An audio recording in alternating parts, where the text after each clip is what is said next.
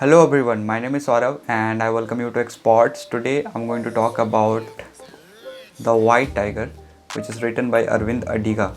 Search best funny Indian novel on the internet and you would find White Tiger at the top. This book is the winner of Man Booker Prize 2008 and recently a movie was also made on this book. I haven't watched it. If you have, let me know whether the movie is good or not in the comments. Anyway, The White Tiger is the story of Balram Halwai, who is the son of a rickshaw puller and belongs to an extremely poor family living in Gaya, Bihar. Balram was an intelligent child who didn't want to live a miserable life because he had seen enough suffering.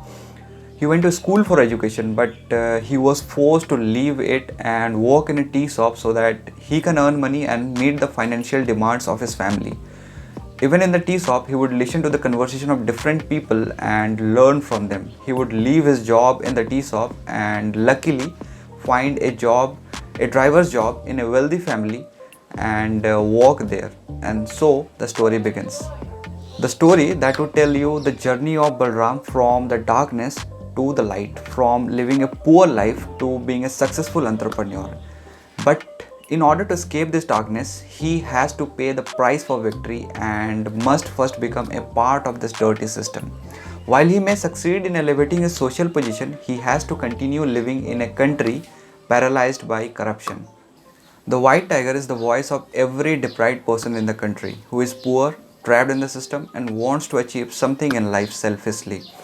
The story reveals the harsh reality of the poor in the country.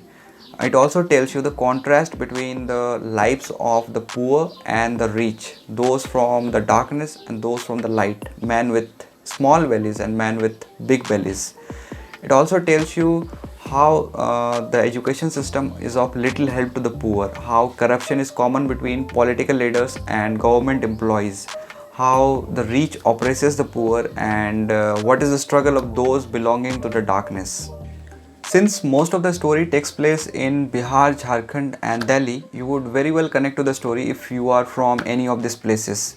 Now you see Arvind Adiga was born in Chennai and grew up in Mangalore. He studied in Sydney and then in New York, and he is nowhere related to the rural areas of Bihar, Jharkhand or UP, but the way he has written the story, it would make you feel like he is related and he has lived a rural life. It is so realistic. I live in a rural area in Jharkhand and I completely connected with what the author says. The journey of Balram would tell you many awful and disgusting things about India. Poverty, oppression, corruption, slavery. If you are an Indian like me, you may not feel proud after reading this book. And all this serious and controversial stuff told with humor would make you feel terrible about the Indian system and at the same time make you laugh. Yes, the book has humor, dark humor, which made the reading quite enjoyable. I actually like reading comedy books very much.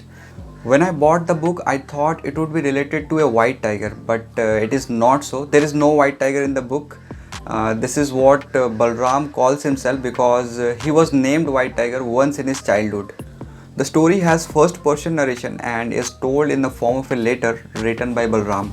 The language is quite easy to read, and throughout the story you will get exposed to the inner thoughts of Balram, which would let you know how he sees the world, and that makes the story quite enjoyable. I would let you know how he sees the world by reading a paragraph. I have marked the pages. Here we go.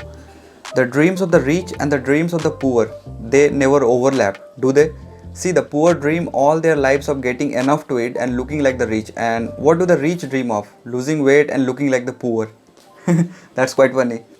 There are stories like Harry Potter where you would happily imagine yourself in place of the protagonist and feel like the story is happening to you. But I found it difficult while reading The White Tiger.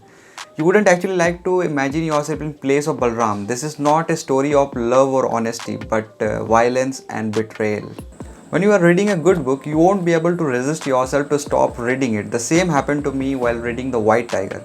It builds the flow and you would be like, I want to know what happens next.